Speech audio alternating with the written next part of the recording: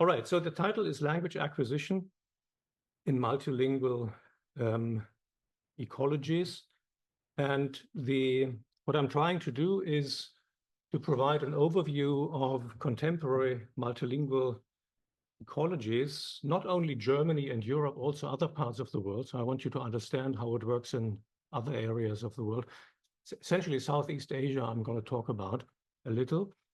I wish to explore the similarities and differences between, what is known as the global North and the global South, essentially, and explore the status of languages, the acquisition, usage, cross-linguistic influence, multilingual advantages. We talked about that earlier today, and finally work towards a topology of multilingual ecologies in terms of what is known as dominant language constellations. Okay, let's see how that works out.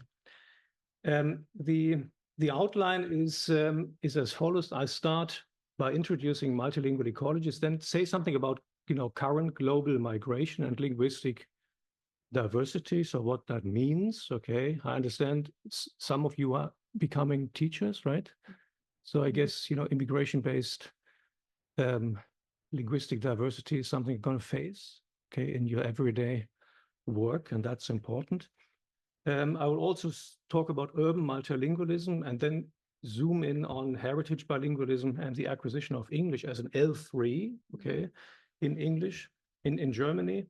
And we'll then contrast this with post-colonial ecologies based on fieldwork in Singapore, Dubai, and most recently Cebu City, which is in the Philippines, actually, right? So I will introduce that in a minute.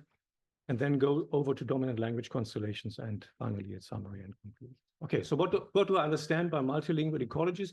Well, essentially, I'm here going back to work, actually pretty seminal work by a sociolinguist called Einar Haugen in 1972, who tried to define kind of the areas or the spaces, let's put it this way, right, where languages are spoken in terms of their classification, the language users, domains of use, the concurrent languages, varieties, written traditions, right? Not all languages are written, okay? The standardization processes, institutional support, and the attitudes, essentially. Now, this was good in 1972, right? The world has changed a little, which is why I'm here trying to include additional parameters like migration. Okay, so it's very important these days, right? Migration, language acquisition. Apparently in 1972, language acquisition did not play a big role. That's interesting, right?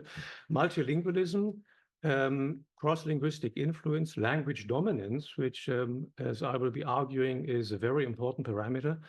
And also the role of global English or world Englishes, right? So essentially, I mean, there's so much English in this world, right? So we need to address this perhaps separately.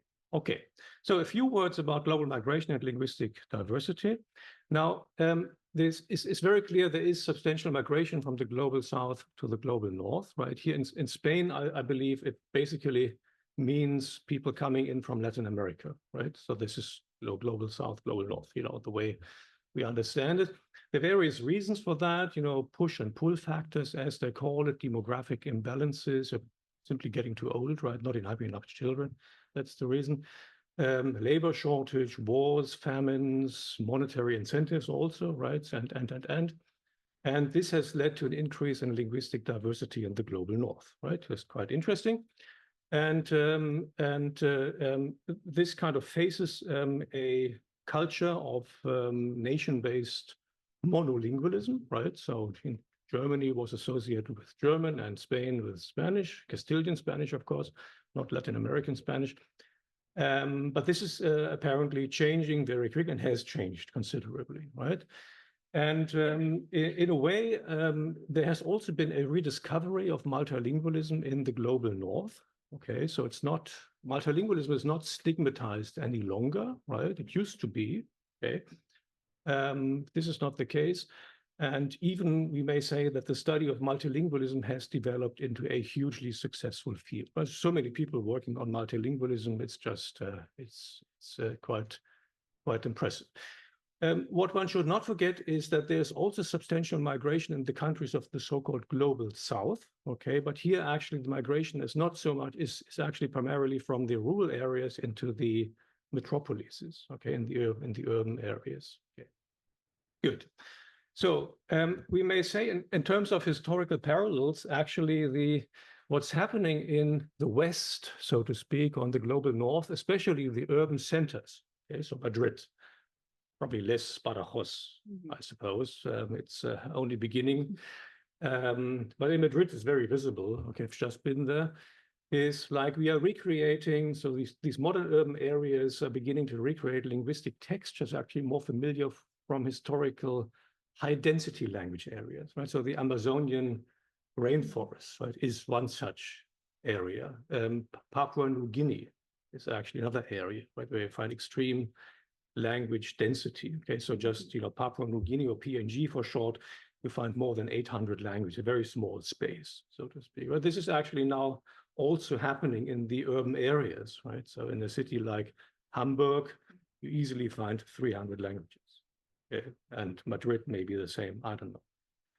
Okay, right. In a recent publication, I actually tried to kind of follow up the population movements based on OECD figures. I don't go into the details here. This is something you can look at by yourselves, if you like. It's just, you see that this is not a myth, right? It's really happening, and there is a constant, population inflow, which is here only actually. I'm not so sure if this is just legal immigration, also illegal immigration. I don't really know.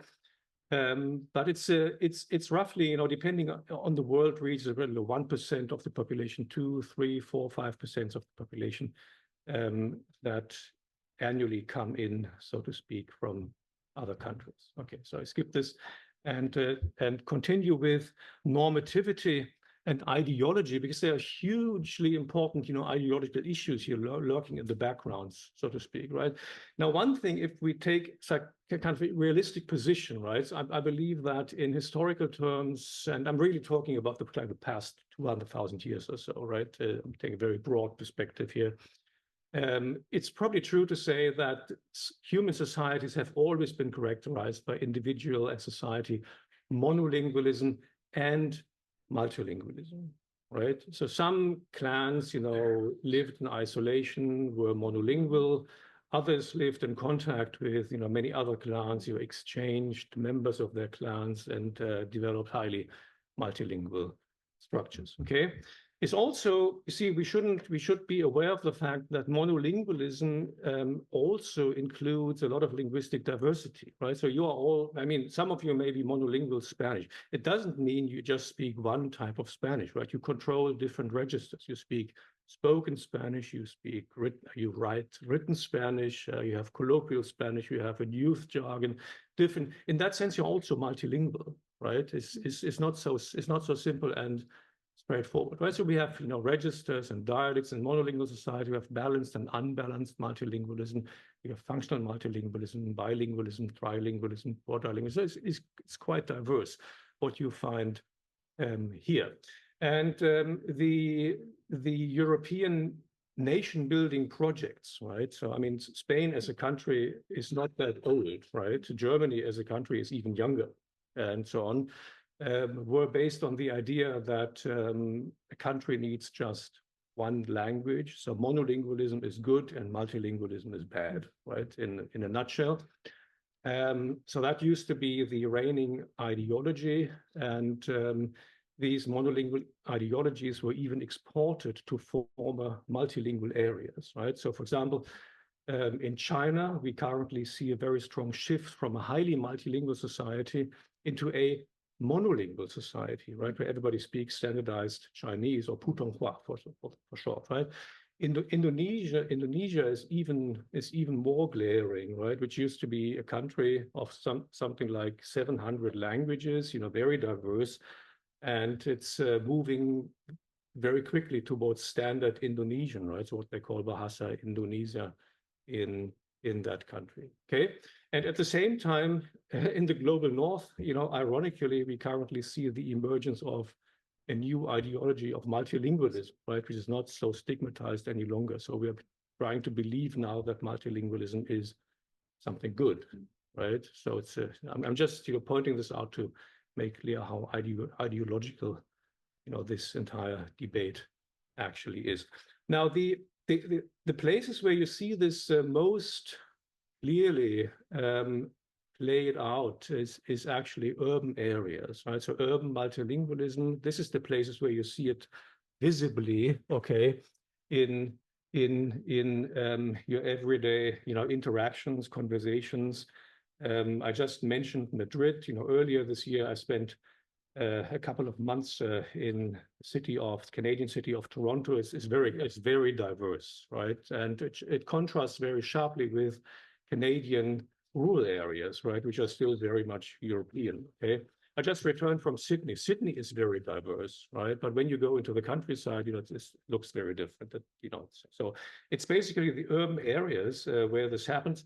I here give you some figures based on the Canadian censuses. Okay, so the Canadians are very good at doing these kinds of censuses. It's not the same everywhere in the world. So here, Canada is actually a very positive example. If we just take Toronto, right, as an example, here you see that around 50% of the population state English as their single mother tongue, right? So that everybody else has more than one mother tongue, right? So it's 50% is monolingual, another 50% is in some sense bilingual, trilingual, multilingual. Okay, so that says something about the linguistic diversity. Okay, so in terms of home language use, people say around 25% speak one of the non-official languages.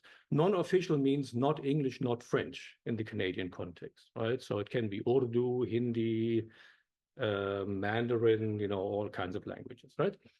And 44% roughly speak non-official languages, so other than English and French, right? You find the same situation in Vancouver. In Vancouver, it's more about, East Asian languages. In Toronto, it's more about South Asian languages. That's roughly the difference. You find similar patterns in London, and you also find it in Hamburg, right? So it's a smaller city. But here, just as one, important, I guess, figure for you as, future high school teachers or elementary school or whatever, here in Hamburg, for example, in the generation of secondary school students, right? You currently see that 50% of these young people have an immigration background, right? That means they are first and second generation immigrants, okay, to Germany. Okay, not sure if Madrid is the same, but and you may now extrapolate the situation now in 20 years' time, right? That says something about the future generation, right, of city.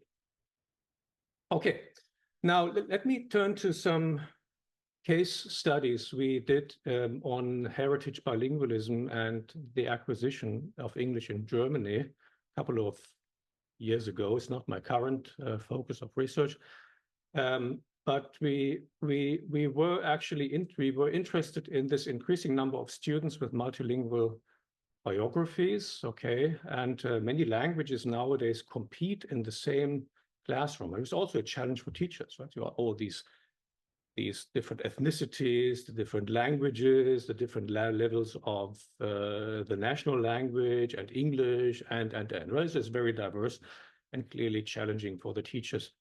In some schools, actually, in some areas, it depends on the level of segregation. It's difficult to find monolingual students, right? At least in my hometown, right? And this increasing level of diversity is also seen at the university level, right? Okay, right. Now, in the literature on multilingualism, there is this idea actually is a very nice idea, right? That languages and linguistic diversity per se are something good, right? So we tend to believe the more languages we know, okay, the better this is. This is supposed to have positive cognitive effects, okay? It's positive for your language learning experiences. So roughly the more languages you already know, the easier it becomes to learn additional languages, right? That's the ideology. Okay, if that's really the case, this is a different story.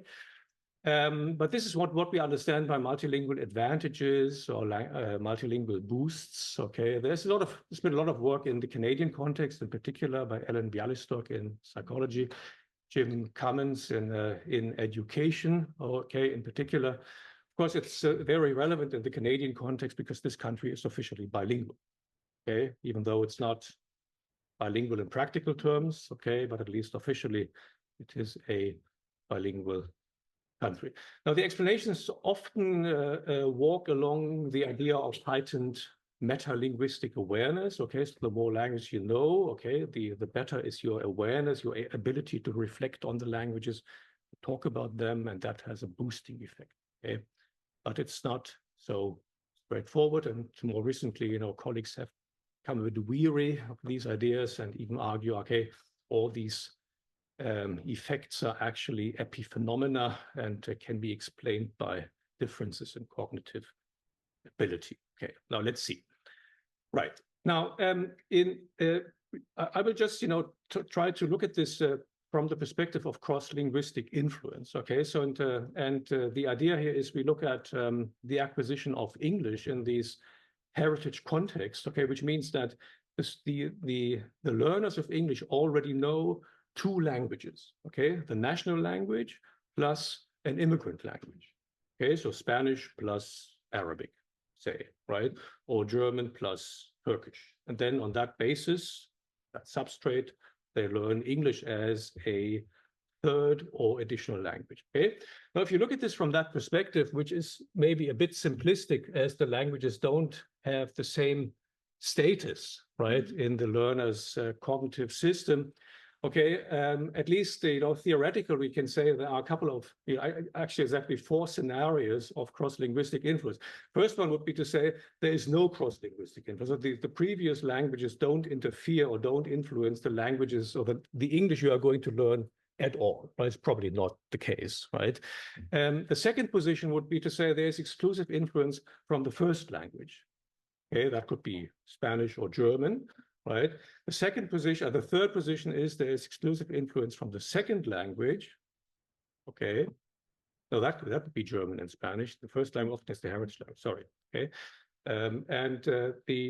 The fourth position is there's influence from both the first and the second language. Okay. So let's see how that plays out. First, here are some models. I mean, this is not what I have, you know, invented. Okay, this is actually based on the literature, and this has been formulated in terms of, you know, different hypotheses like exclusive transfer, L2 status factor. This is the second language.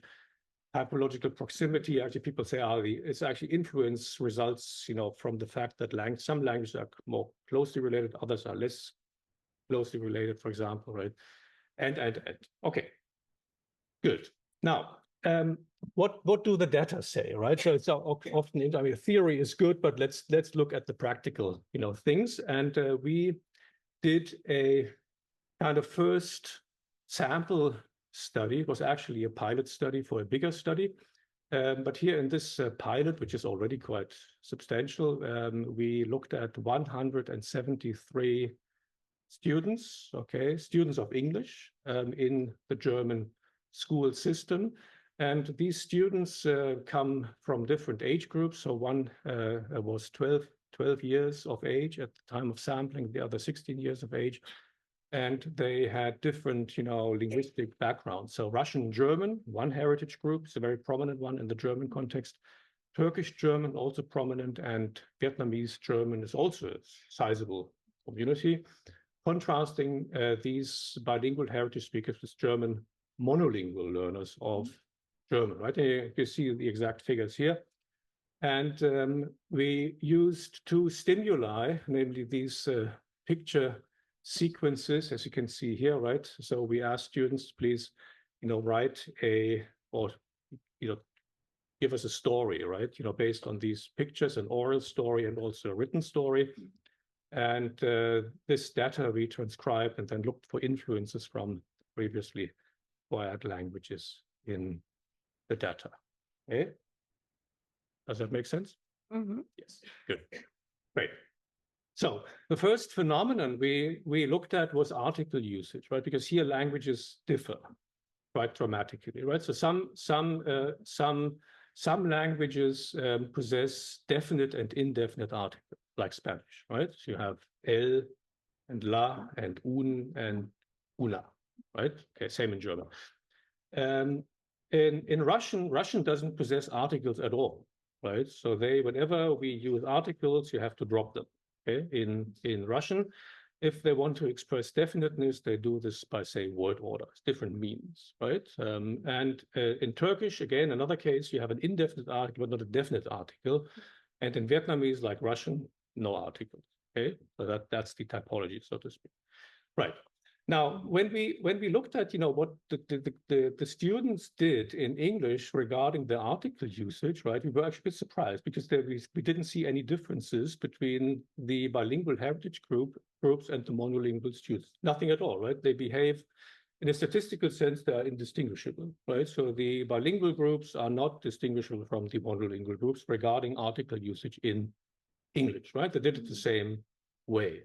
Now, we thought, that's interesting, right? Because here we can actually postulate some kind of, multilingual advantage because we can say, they know already German and German possesses articles, so they transfer this positively into the acquisition of English, right? Bingo, you have got a nice, multilingual advantage, so to speak, right? So even somebody speaking Russian, once the person knows German, article usage in English is a piece of cake.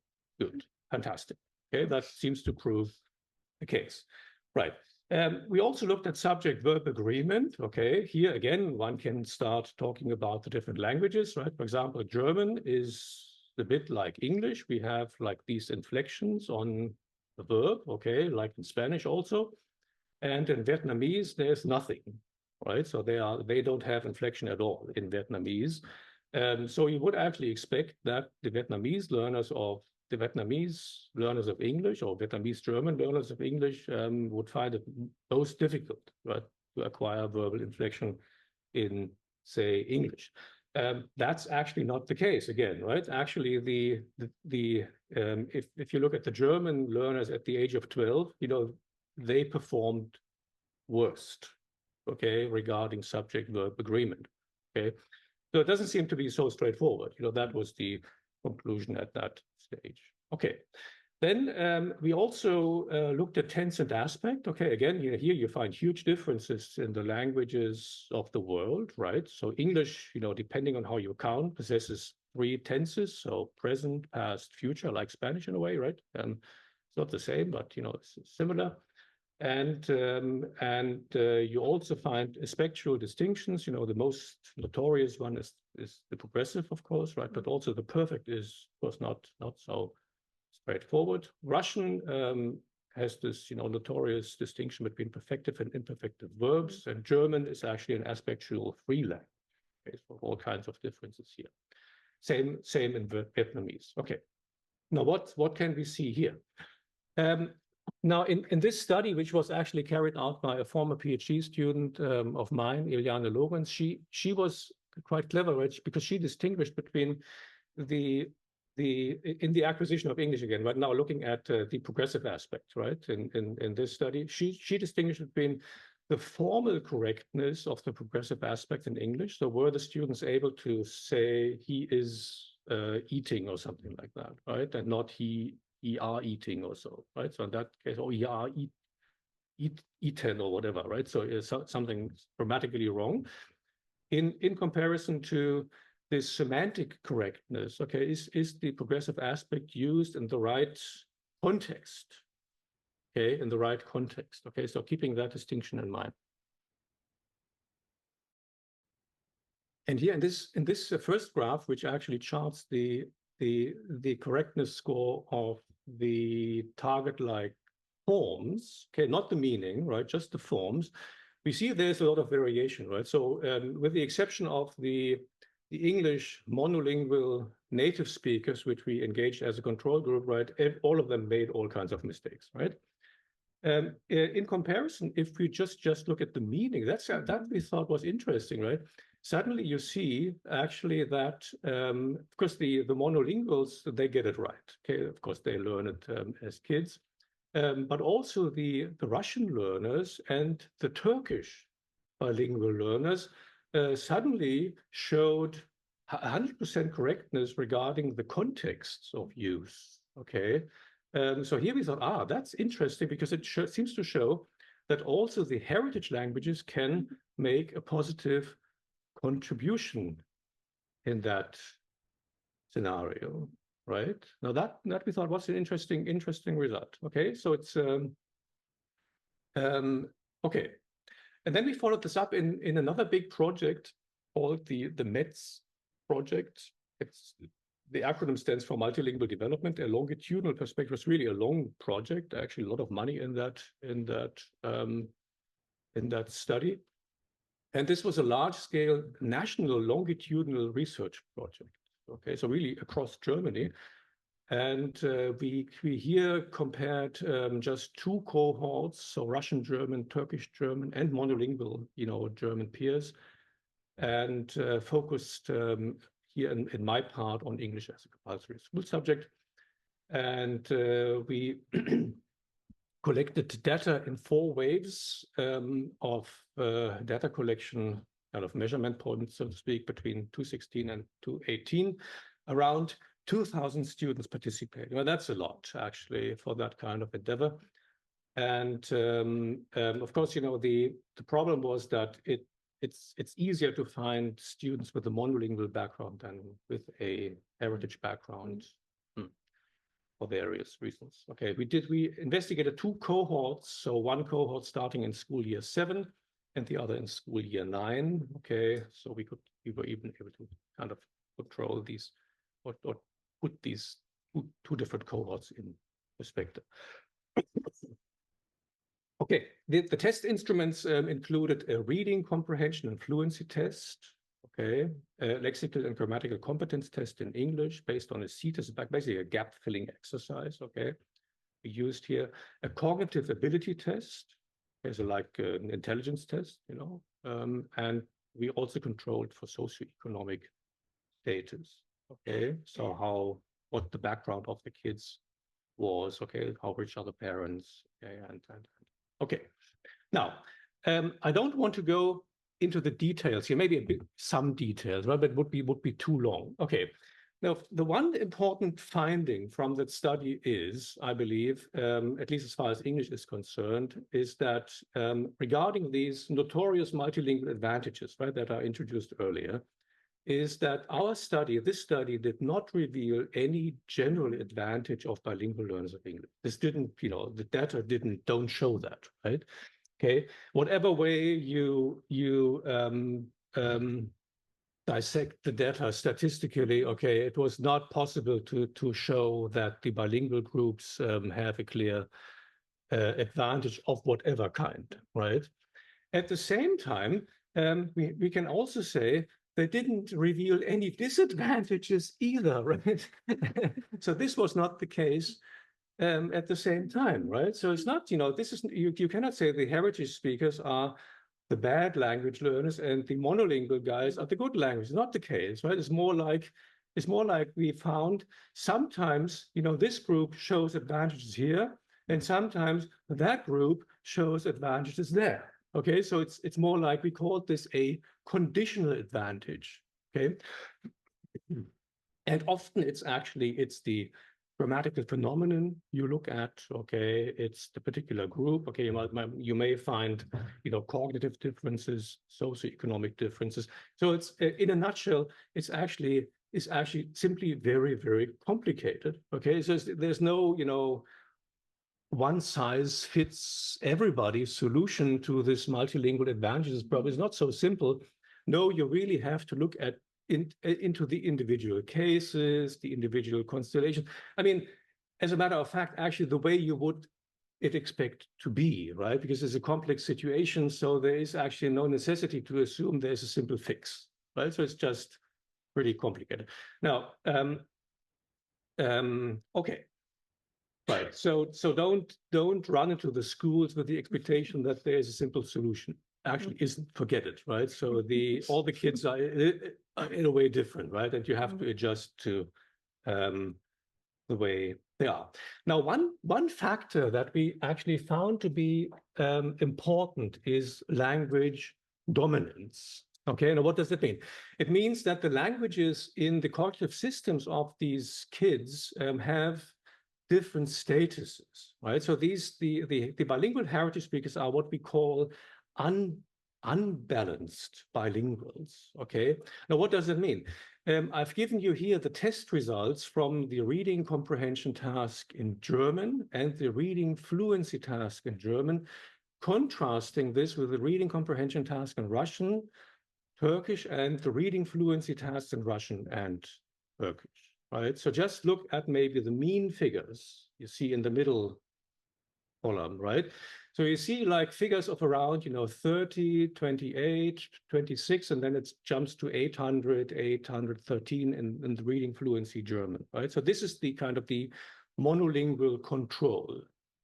Okay, so that's kind of, we can assume this as the baseline figures, right? For a normal, language development or language capacity, okay?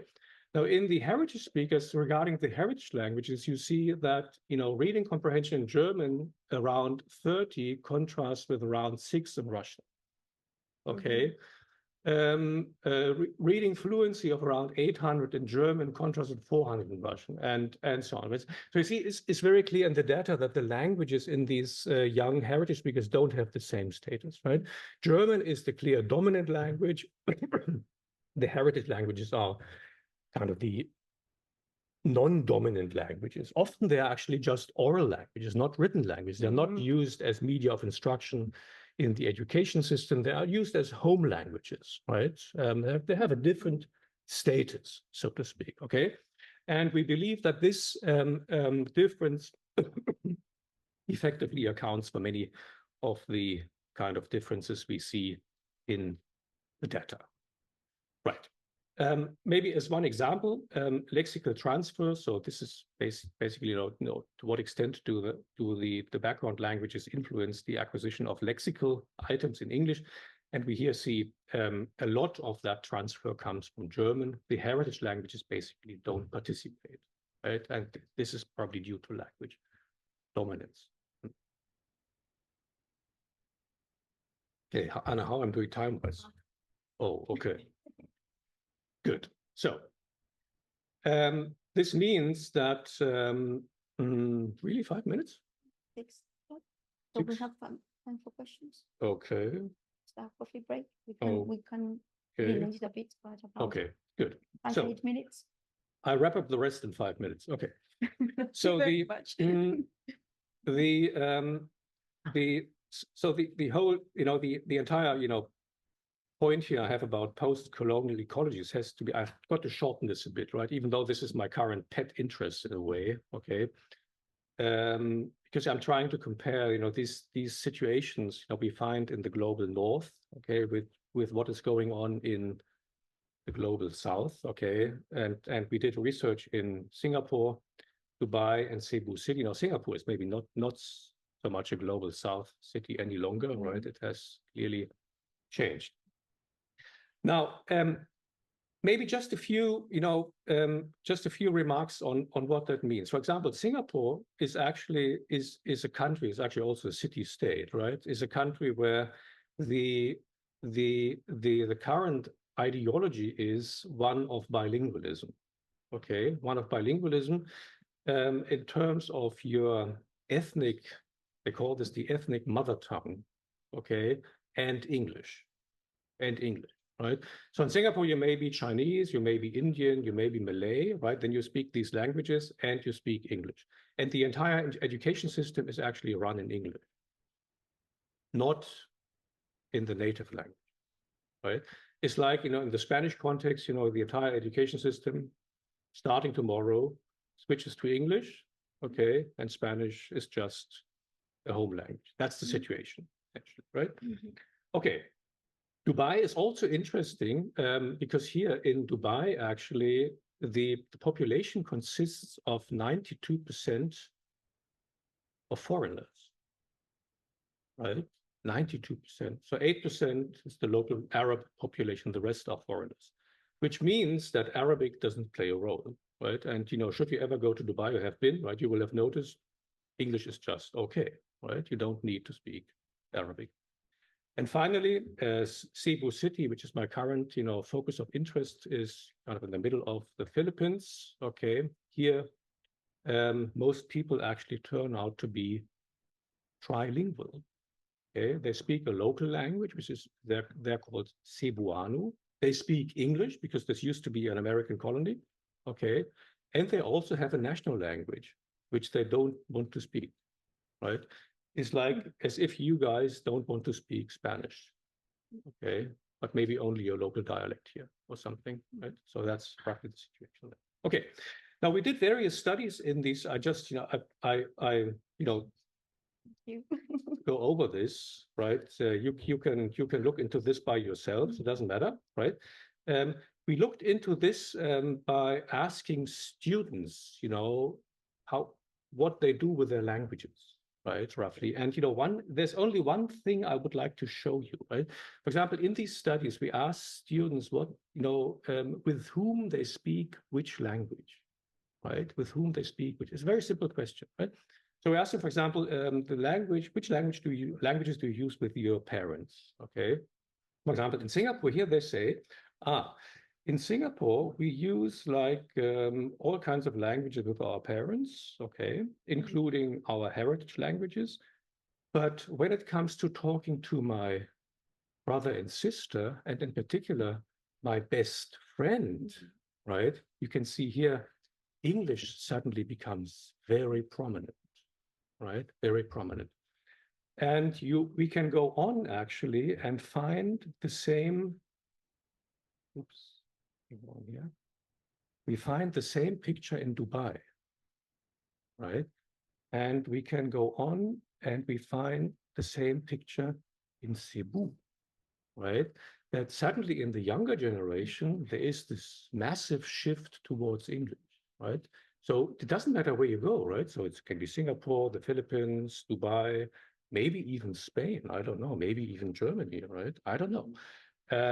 Suddenly you see that the younger generation moving away towards, a single kind of global language. Okay, skip all this. Okay, if you're interested, please let me know.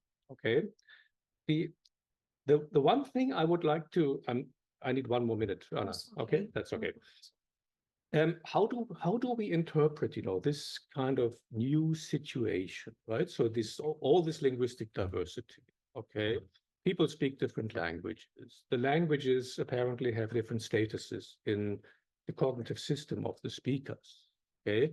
And what does that mean? And what kind of theoretical framework do we need to make sense of this?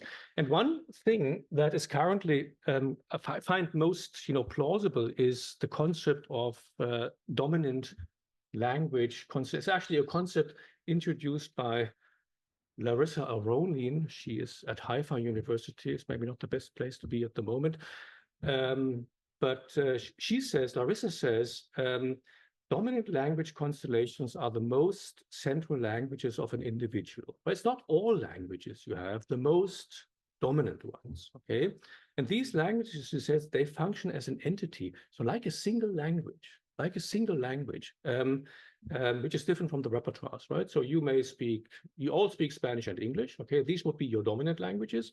You may also speak like a little German, a little French, a little whatever, right? Of course, they don't count, okay? Of course, it then matters where you go, right? How that plays out. Okay, so the multilingual ecology, remember from the beginning, determines these dominant language constellations, and there, of course, various individual variables like your socioeconomic background, ethnic belonging, level of education, and all of that is playing a role.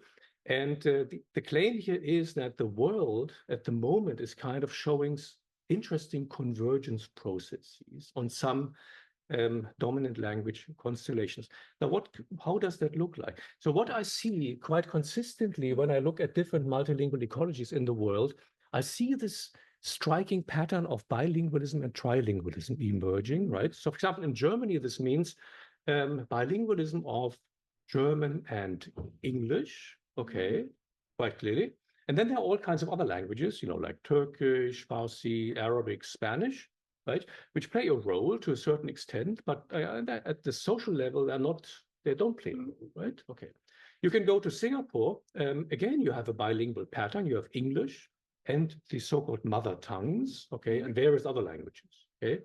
You could go to Dubai, it's Arabic and English. Here, actually, English is stronger than Arabic, okay. And in Cebu City, there is trilingualism, okay. So I have English, Cebuano, and Filipino.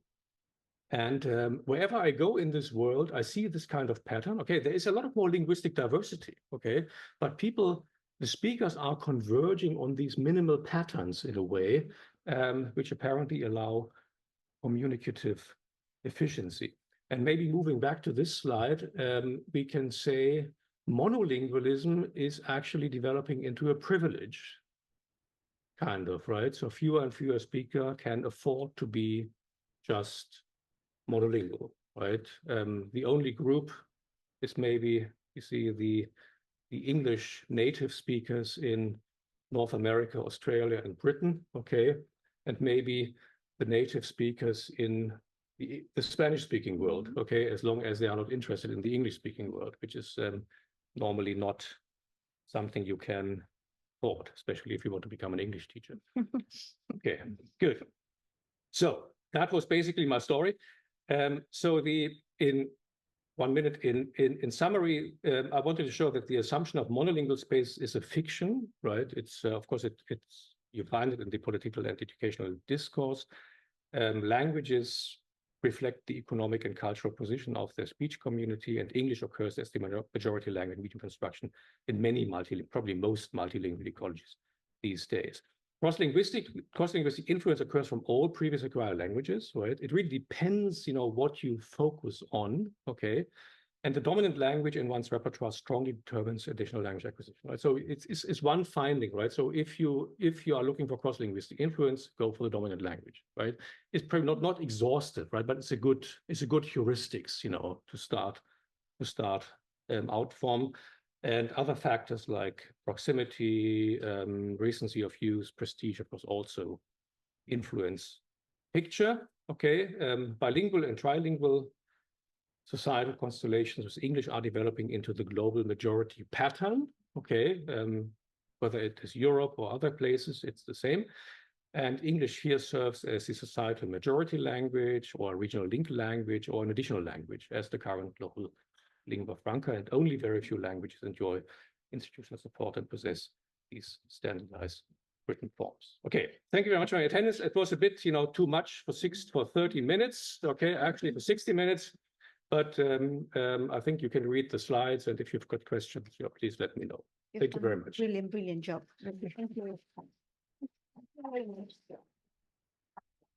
Well, Peter, I really appreciate your effort to synthesize this into 30 minutes. I'm really impressed by your ability to synthesize and for your clarity. I think this has been a lecture for many of us, for my students as well, from your experience, and you've given us this, opened this window into the world's ideas of bilingualism, monolingualism, and multilingualism, with lots of ideas and things to reflect upon. And I'm sure we'll be working and talking about this in our subjects a lot. So thank you very much. I would like to ask especially the online audience, if there's any questions, because we have a coffee break, so we can ask you questions face to face. But if there's anybody, Maria Pilar, thank you. Yes. Yes. Thank you very much, Peter, for your talk. It's always a pleasure to listen to you and to read your studies. Rather than a question, I have 2 comments. So you've given us a lot of food for thought, as Anna was saying, and I think we will be discussing a lot of aspects that you've commented on. I think we find so many similarities, so many areas of convergence between the results of the METS project and our results. However, there are 2 aspects that are slightly different, and I think we need to reflect on them. One is the fact that although Extremadura and La Rioja are different communities, and there are many differences between us, we've got one thing in common, and it is that we find our immigrant or heritage learners mainly in rural areas, isn't it, Anna? Yes. And yeah, so that's a little bit different from your, I think, from your project. And also, and this is, I was talking about that this morning, and this strikes me again in your talk, that we have found, I'm not sure whether Spanish might be the dominant language of our heritage learners, because also they don't have written support or academic support in their home languages, but still we see that there are bigger differences in their command of the language of schooling than there are in English as a foreign language. And I think this is something that we need to really look into. I don't know if you have any ideas as to why that might be, or whether it is going to be relevant in our results. You know, this difference in proficiency in Spanish. So I need to check back here. So there are differences in the Spanish proficiency depending on the heritage languages or the ethnic backgrounds. Is that what you are saying? Yeah, but that we haven't formally tested that yet. But that's the preliminary observation from the tests or tasks where students were answering in English and in Spanish.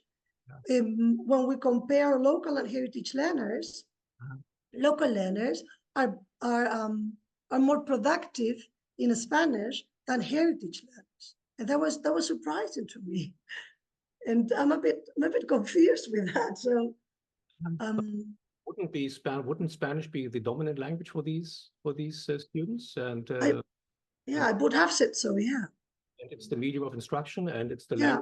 language, and it's the language of prestige. Yeah. So Yeah.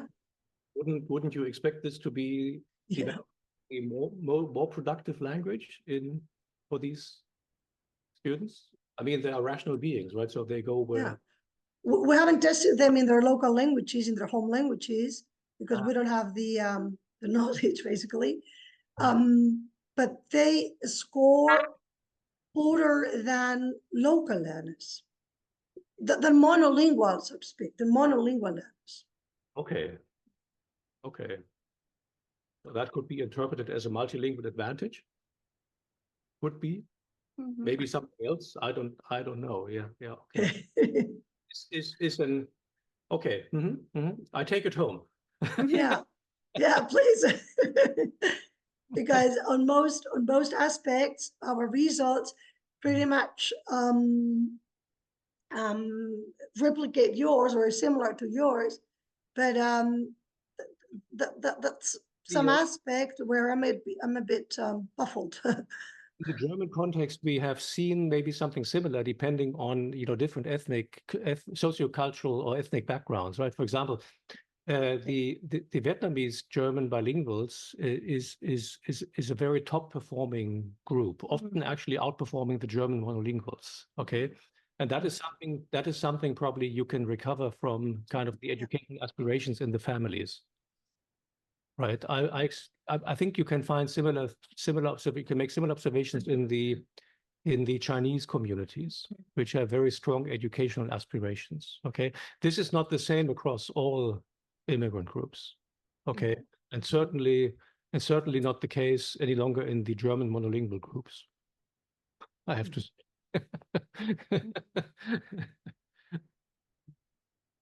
Okay, thank you very much.